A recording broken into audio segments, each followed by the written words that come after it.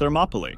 At Thermopylae in the late summer of 480, the Spartan king Leonidas held out for 3 days with a mere 300 hoplites against thousands upon thousands of the best of the great king's troops. It has also been the site of several battles in antiquity, besides this most famous one. In 279 BC, the Greeks faced Brennus and his Gauls there. In 191, the Romans under Miscellus Glabrio and teamed with Philip V defeated Antiochus of Syria and the Aetolians. And in 1941, the New Zealanders fought a rearguard action there against the Germans in the course of the war which interrupted the excavation begun under the direction of Sampors. Marinatos in 1939. Clearly, Thermopylae was a location of great strategic importance because it commands the pass through which one goes after traveling south from Thessaly through Locris and into Boeotia. Holding the pass could block an invader and even turn him back, though on all 3 of the famous occasions the defense of the pass failed. The Athenians took up a position there in 352 and discouraged Philip II from invading. In 323 during the Lamian War, the last-ditch effort by Athens to break free from Macedonian control, the general Leosthenes blocked the Macedonian Antipater by stationing troops at Thermopylae. However, the pass at Thermopylae was not the only way south from Thessaly into central Greece. It was merely the best and easiest route. In 480, in 279, and in 191, the invaders were able to get over the mountains and take the defenders in the rear.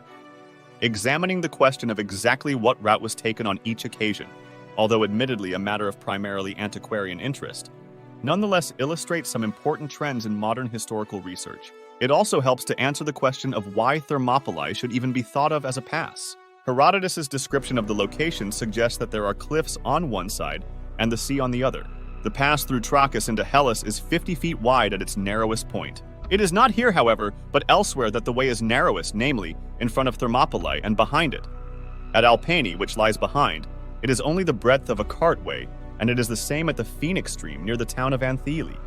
To the west of Thermopylae rises a high mountain, inaccessible and precipitous, a spur of Ota. To the east of the road, there is nothing but marshes and sea. But the modern visitor to the site sees 2 not very imposing-looking hills. They lie to the south, not to the west. This discrepancy has led some scholars to assert that Herodotus never even saw the site, and that if he could make so basic an error, all of his topographical information about the site, which is copious and detailed, must not be trusted. Others tried to save his credibility by positing that he saw the site around noon, so that the sun was directly overhead and it was impossible to orient himself. Abayu Kendrick Pritchett, who is generally credited with injecting new life into the study of ancient topography, has mounted a vigorous defense of Herodotus' reliability on this and other sites. Pritchett points out that Herodotus seems to have done a very careful study of the site despite the error over the directions. He gives many distances in Stades and Plethra, and his account also includes an unusually high number of obscure toponyms. More puzzling for the tourist who arrives at the site with his Herodotus in his hand is what lies to the south of the hills, beyond the modern roadside monument. A broad expanse of scrubby ground stretching out for about 4 miles to the sea. It looks today like no pass at all. The reason for this is no mystery, due to what geologists call alluvial fans, a process by which rivers deposit silt, travertine, and other sediments. The coastline of the Gulf of Malaya has advanced from 3-5 miles over the last 2,500 years, Kraft et al. Journal of Field Archaeology 14, 1987. Kraft and his team calculated the sea level in 480 using a mathematical formula known as the eustatic curve. Together with the results of radiocarbon dating on the deposits and stratigraphic interpretation of the layers of the new land, they were able to account for the fact that travelers of only a few centuries ago reported the pass to be much narrower than we would expect if the process of buildup were proceeding at a steady rate. Rather, according to Kraft, fluctuations in the width of the pass at Thermopylae have been common, as expected in an unstable structural configuration along the flank of a major graben, i.e. a rapidly subsiding block of the Earth's crust. Kraft concluded that the pass was not more than 20-30 meters wide in 480. That was too wide for Pritchett, who attacked the findings in Volume 6 of his Studies in Greek Topography. Herodotus says that the pass at Thermopylae was narrower than that at Alpeni, which he puts at half a plethron, or roughly 15 meters wide. The confrontation at Thermopylae took place in the late summer of 480. Some modern accounts seem to know exactly on what dates the battle fell, because Herodotus says that the festival of Apollo Carneo was on at Sparta, and that the Olympic Games were also in progress. This confidence about the precise dating has lately been called into question, e.g. by Sachs in CQ 1976, but it is still possible to describe the battle in terms of relative chronology, and that in many ways turns out to be more revealing. For example, we know that when Xerxes and the Persian imperial army arrived at Anthala, just west of the pass, they encamped and waited for 5 days before attacking. The reason for this is fairly straightforward. First, although the Persians could be confident that they would outnumber the enemy, they had as yet no idea how many hoplites were waiting on the other side of the pass, hidden by a hastily reconstructed wall. Second, Xerxes was waiting for his battered fleet to catch up. It had been damaged and delayed by bad weather yet again. The hand of the gods on the side of the Greeks, the storm off the coast of Magnesia. A quick victory over the Greek fleet would allow him to simply land troops in the rear of the enemy, obviating the advantage offered to the Greeks by the terrain at the pass. Xerxes used the time waiting for the fleet to arrive to good advantage. First, he sent a spy to see what the Greeks were doing. The astonished horseman returned to report that he had seen the Spartans stripping for exercise and fixing each other's hair. It seems unlikely that this scene aroused the contempt in the Persian commanders Herodotus said it did, at least to judge from the next move, which was to send a herald to propose that the defenders of the pass should surrender and become allies of the great king. In return, they would be allowed to depart unharmed, and they could expect to get some of the land of those who refused to surrender. This tidebit is reported by Diodorus, 1105, derived from Ephorus, but it is credible since Xerxes had made similar pronouncements to the other Greek states before. Herodotus rather reports it as a conference held among the Greek contingents before Xerxes had arrived. The offer will not have been expected to sway the Spartans. Indeed, Xerxes had shown a disinclination to make further overtures to the Athenians and Spartans after the heralds of Darius had been executed both at Sparta and at Athens. But if we can believe Ephorus, the offer did expose the differing preoccupations of the various Greek contingents. The Peloponnesians, presumably including the Tegeans, Arcadians, Corinthians, and Phillians, as well as some contingent of the Spartans, were for abandoning northern Greece and falling back on the isthmus. Only the insistence of Leonidas restrained them, and naturally the Phocians and the Locrians will have opposed this idea, since the non-combatants of Phocis and Locris were for the most part still not evacuated. This debate among the Greek states typifies the distinctive feature of their foreign relations in the period, namely that each state tended to support its own regional interests, and it is worth reflecting on how this is usually portrayed in modern historical writing. The sense one gets is often that this was the curse of the Greeks. Had they only been able to cooperate better, as they did for just long enough at Salamis, they could have ruled the world, or they would never have become the subjects of the Macedonians or, later, the Romans. Perhaps our postmodern penchant for diversity makes it easier for us to see how such sentiments are misguided.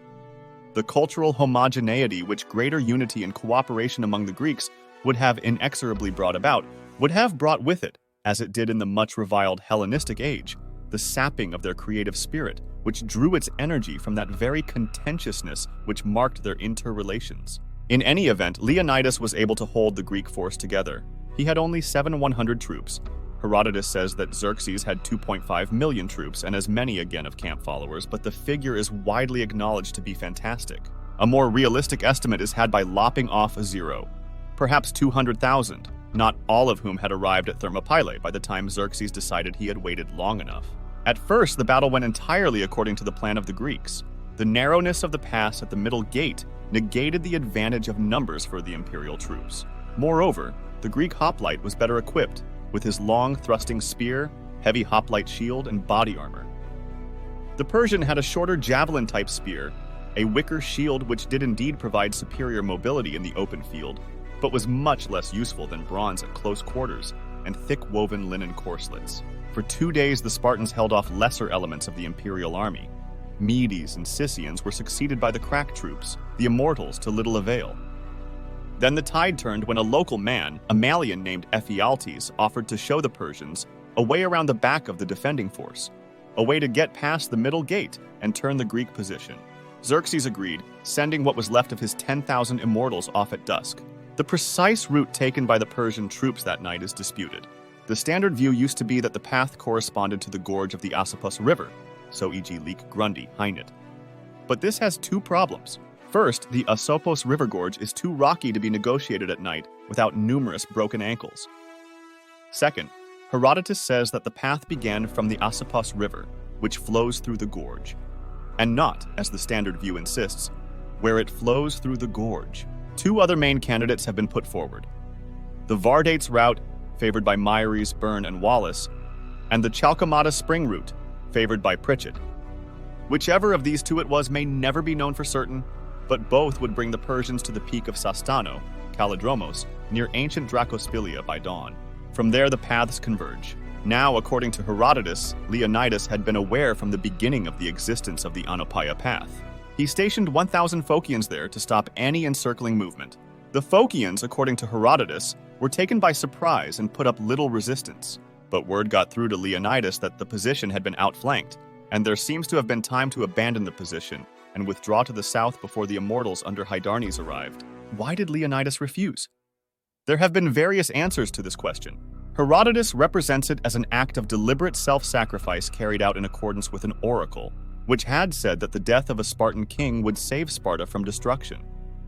One may observe that the pronouncements of the oracle in the late 480s have a distinctly pro-Persian cast.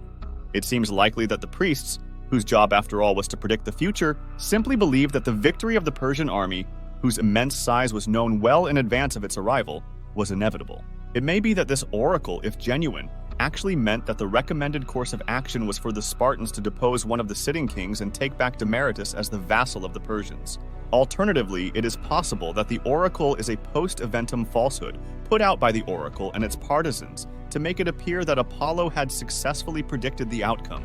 There is also available the so-called military solution to the question, as formulated by Daskalakis. He argues that Leonidas remained in order to give the allied contingents, whom he dismissed, with the exception of the Thebans and the Thespians, time to get away. There is an interesting sidelight here which sheds light on the interstate politics of the Persian wars.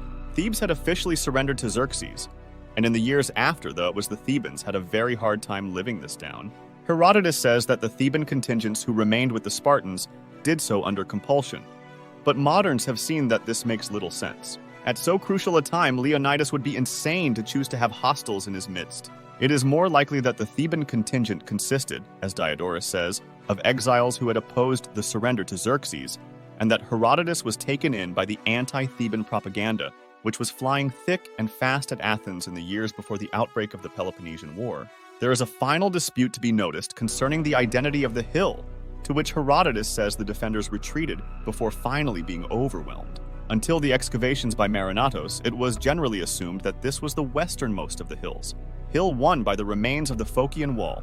However, the excavations proved that Kolonos Hill must be identified with Hill 2 due to the discovery of a large number of arrowheads similar in type to those found at Marathon, in a well at the Agora and on the north slope of the Acropolis. The stone lion, the memorial to the heroism of the defenders, has never been found, though there is a modern restoration in the wrong place for the tourists. Nor have the bones of the dead. Thanks for watching. If you enjoyed, make sure to hit that subscribe button for future historical moments.